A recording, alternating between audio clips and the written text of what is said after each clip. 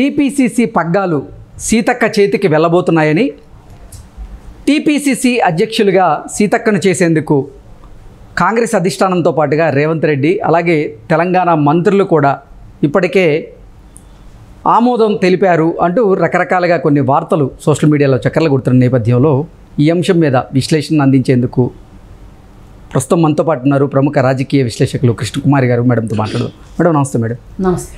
TPCC పగ్గాలు సీతక్క చేతికి వెళ్ళబోతున్నాయని, దానికి కాంగ్రెస్ పార్టీ అధిష్టానం అలాగే రేవంత్ రెడ్డి అలాగే కొంతమంది మంత్రులు కూడా సీతక్క వైపే మొగ్గు చూపారు అంటూ రకరకాలుగా వార్తలు వస్తున్నాయి.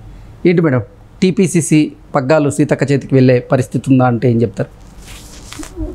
తప్పేముంది, వెళ్తాయి కూడా, వెళ్ళాలి కూడా. ఎందుకంటే సీతక్కది మామూలు నాయకత్వ పట్టిక కాదు, మంచి నాయకత్వ లక్షణాలు ఉన్నాయి.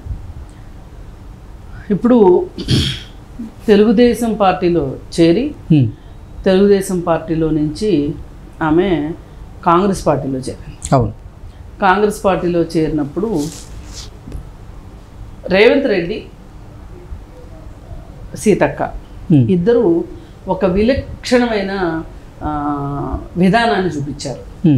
ఇప్పుడు మామూలుగా అయితే ఏంటంటే తెలుగుదేశంలో నుంచి ఎక్కడెక్కడికి వెళ్ళారు, ఏ పార్టీలోకి వెళ్ళారు, కొంతమంది బీజేపీలోకి వెళ్ళారు, కొంతమంది టీఆర్ఎస్ పార్టీలోకి వెళ్ళారు. ఈ వెళ్ళిన వాళ్ళు అలాగే కొంతమంది ఆంధ్రాలో వైసీపీ పార్టీలోకి వెళ్ళారు. కానీ వాళ్ళని ఆ రెండు పార్టీలు ఏం చేసినాయి అంటే తెలుగుదేశం నుంచి వచ్చిన వాళ్ళని వాళ్ళకి ఒక ప్రత్యేకమైన ఏమంటారు టాస్క్లు ఇచ్చినాయి, బిగ్ బాస్ల మాదిరి. ఆ టాస్క్లు ఏంటి అంటే మీ నాయకుడిని తిట్టాలి, తెలుగుదేశాన్ని తిట్టాలి. అంటే వాళ్ళ ఉద్దేశం ఏంటంటే అలా తిడితే ఈ తెలుగుదేశం ఏదో అంతర్ధానం అయిపోతే మనం ఒక్కడమే చెంచక్క ఆడుకోవచ్చు అని చెప్పి అనుకున్నారు. అనుకుంటే మరి మిగతా వాళ్ళు ఎలా ఎలా మాట్లాడారో మనం విన్నాము, అవన్నీ పెద్ద ప్రస్తావించాల్సిన అవసరం లేదు. కానీ ఆ నాయకులు కూడా వాళ్ళని ఆ విధంగా అరవ చాకరీ బండ చాకరీ చేయించుకున్నారు వాళ్ళతోటి. ఇప్పుడు తలసాని శ్రీనివాస యాదవ్ ఉన్నాడు, ఒకప్పుడు టీఆర్ఎస్కి చాలా వ్యతిరేకం. కానీ టీఆర్ఎస్ పార్టీలో చేరిన తర్వాత ఎలా మాట్లాడాడు?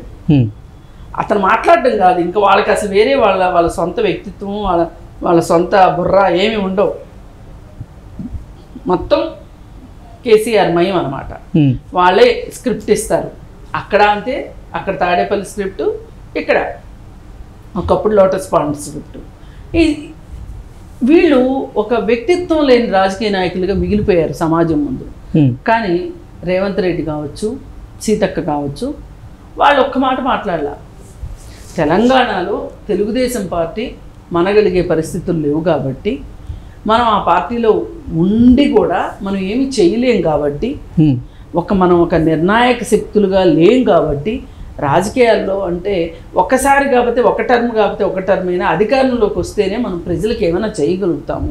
అందుకని చెప్పి తెలుగుదేశం పార్టీలో కాకోకుండా కాంగ్రెస్ పార్టీలో చేరారు. ఎప్పటికైనా కాంగ్రెస్ పార్టీకి భవిష్యత్తు రాకపోద్దా అని వాళ్ళిద్దరూ ఊహించారు. ఊహించినట్లుగానే అలాంటి అవకాశం వచ్చింది.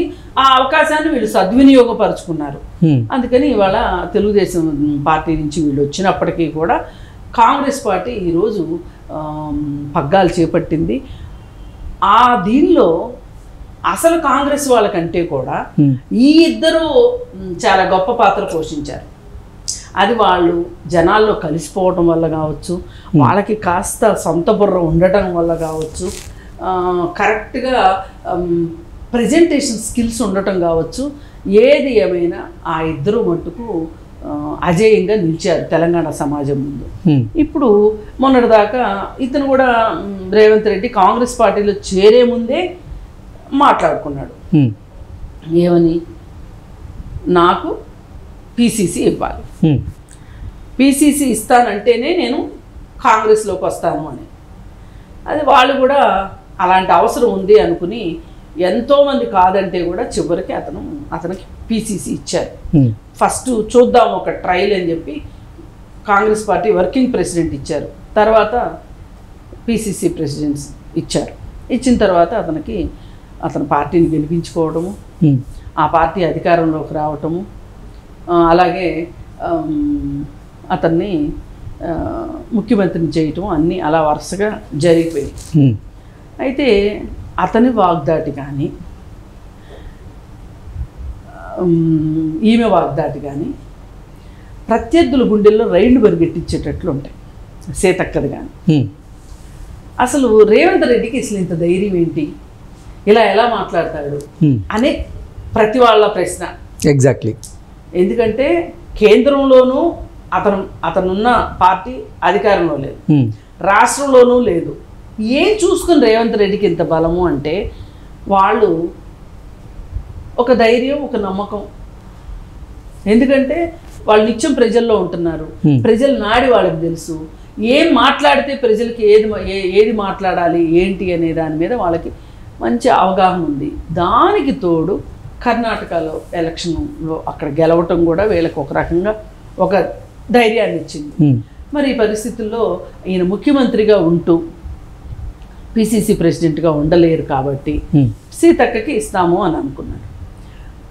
సీతక్క ఎంత సముద్రాలైనప్పటికీ కూడా అసలు సీతక్క పేరుని కాంగ్రెస్ హైకమాండ్కి చెప్పిందే రేవంత్ రెడ్డి అని, రేవంత్ రెడ్డి చెల్లిగా భావించేటువంటి సీతక్క ఆ పదవిలో సమర్థవంతంగా రాణించగలదని రేవంత్ రెడ్డి భావించాడు కాబట్టి అందరినీ ఒప్పించి ఆ పదవికి సీతక్క అయితేనే కరెక్ట్ అంటూ కూడా కాంగ్రెస్ అధిష్టానాన్ని ఆయనే ఒప్పించారంటూ కూడా కొన్ని వార్తలు వస్తున్నాయి. అది అందులో నిజం ఉందని నేను అనుకోను. ఆయన తరఫుగా ఆయన మాట చెప్పుండొచ్చు కానీ సీతక్కకి ఆయన సూచించి ఉండొచ్చు కానీ. ఓకే. సీతక్క రాహుల్ గాంధీ భారత్ జోడో యాత్ర చేసేటప్పుడు ఎవరు ఎక్కువ ఉన్నారు రాహుల్ గాంధీతో? సీతక్కే. మరి డైరెక్ట్గా ఆమెకి గర్భగుడిలోకి వెళ్ళే అవకాశం ఉన్నప్పుడు వేరే వాళ్ళు ఆమెను ప్రపోజ్ చేస్తే తప్పులేదు, చేస్తారు. ఎందుకంటే ఈ రాష్ట్రం నుంచి ప్రపోజ్ చేయాల్సిన వ్యక్తి రేవంత్ రెడ్డి కాబట్టి ప్రపోజ్ చేశాడు. కానీ ఈయన చెప్తేనే ఇచ్చారు అనుకోవడానికి లేదు. ఆమె ముందు నుంచి కూడా ఒక చదువుకున్న మహిళగా ఆమె పిహెచ్డి చేశారు. ఆమె చూడడానికి అలా కనిపించదు కానీ కాస్త మేకప్ హడావుళ్ళు అవేవి ఉండవు కాబట్టి ఆవిడ ఒక మట్టిలో మాణిక్యంలా ఉంటుంది తప్పితే మామూలుగా అయితే అసలు ఎవరన్నా చూస్తే ఒకసారి ఎందుకు సరదాకు ఒక మాట చెప్తాం మీకు. సెక్రటేరియట్కి మేము మెమరాండం ఇవ్వటానికి వెళ్ళాం. వెళ్తే సంధ్య గారు అందరూ ఉన్నారు, మేము అందరం కలిసి వెళ్ళాం. వెళ్తే ఆవిడ మేము వస్తామని ఎదురు చూసి ఆవిడ రావట్లేదని, మేము రావట్లేదేమోనని చెప్పి ఆవిడ బయలుదేరిపోయారు. బయలుదేరిపోతే ఆమె ఇట్లా జస్ట్ బయలుదేరారు, మేము ఇట్లా వెళ్ళాం. వెళ్ళేసరికి ఆవిడకి ఫోన్ చేస్తే సంధ్య గారు లేదు నేను కింద లాన్లో ఉన్నాను వచ్చేయండి అని చెప్పారు. వెళ్ళాము లాన్లో. వెళ్తే రోడ్డు పైన నుంచొని ఆమెకి మెమరాండం ఇస్తున్నాం. ఆ ఫోటో తీశారు. ఆ ఫోటో చూస్తే మాలో ఎవరన్నా ముఖ్యమంత్రి ఆమె అనుకునేటట్లుంది తప్పితే, అదే మంత్రి ఏమో అనేటట్లుంది తప్పితే ఆమె మంత్రిలా అంటే తెలియని వాళ్ళని అడిగితే సీతక్క ఇవాళ 2 తెలుగు రాష్ట్రాల్లో సీతక్క తెలియని వాళ్ళు ఎవరుంటారు? మాట వరుసకు చెప్తున్నా. అసలు ఒక మంత్రి అంటే ఆ డాంబికం ఏది, ఆ హడావుడేది? ఇవాళ కోవిడ్ అప్పుడు కూడా కోవిడ్ పరిస్థితుల్లో అసలు ఆవిడ మామూలు సేవ అంటే బస్తాలు కూడా నెత్తిన పెట్టుకొని ఆవిడ ఎవరు వాహనాలు వెళ్ళని చోటికి ఆవిడ నడుచుకుంటా వెళ్ళి కోవిడ్ టైంలో ఎంతో మందికి సేవ చేశారు. మీరు వెళ్ళింది ఎద్దుల బండిలో వెళ్ళింది, కారులో వెళ్ళింది, ట్రాక్టర్లో వెళ్ళింది, అన్ని వాహనాలు వాడింది, వెళ్ళింది, ఇచ్చొచ్చింది. అయితే ఆవిడ ఆ డాబు డంబాచారం చూపించదు. మనం ఎంతోమందిని చూసాం మహిళా మంత్రులని ఎంత డాబుగా ఉంటారు అనేది. పాప ఈ మాట సత్యవతి రాథోడ్ గారు కూడా బాగా సింపుల్గానే ఉంటారు. ఈవిడ ఇంకా అంతకు మించి సింపుల్. పైగా ఈవిడ అసలు చదువుకుందని ఎవరికీ తెలియదు. ఆవిడ ఉస్మానియా యూనివర్సిటీలో పిహెచ్డి చేసింది.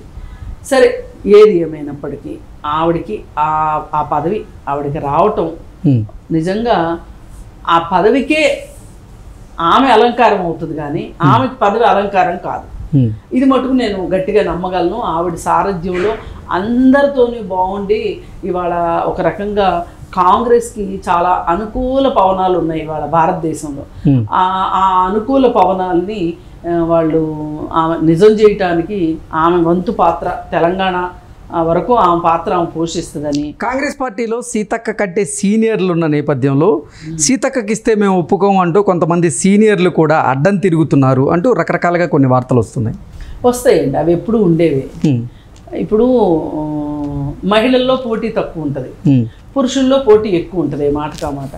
అలాంటప్పుడు అంత పోటీ ఉన్నప్పుడు తేల్చుకోలేనప్పుడు కూడా మహిళల వైపు మొగ్గే అవకాశం కూడా ఉంటుంది. ఓకే, కొన్నిసార్లు అలా మహిళలకు కలిసి వచ్చే అవకాశం కూడా ఉంటుంది.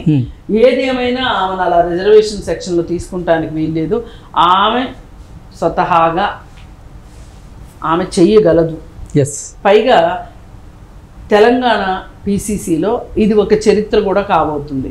ఎగ్జాక్ట్, బీసీలు వచ్చారు, అగ్రకులాల వాళ్ళు వచ్చారు, ఎస్సీలు వచ్చారు, కానీ ఎస్టీలు ఇంతవరకు రాలా. ఎగ్జాక్ట్, ఎస్టీ ప్లస్ మహిళ ఈ వచ్చారు. గిరిజన మహిళలు ఇంతవరకు పీసీసీ అయింది లేదు, అసలు ఏ మహిళ కాదా.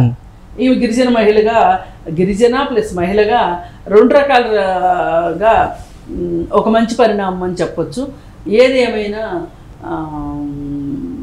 బీజేపీ లాగా మహిళలకు రిజర్వేషన్ ఇస్తాము, అది 2029లోనో లేకపోతే 2039లోనో ఇస్తాము అని అనుకోకుండా వీళ్ళంటూ వస్తే కనుక, కాంగ్రెస్ అంటూ అధికారంలోకి వస్తే మహిళలకి 30% రిజర్వేషన్ అనేది మటుకు ఖచ్చితంగా పట్టాలెక్కుతుందనే నమ్మకం ఉంది. Okay madam.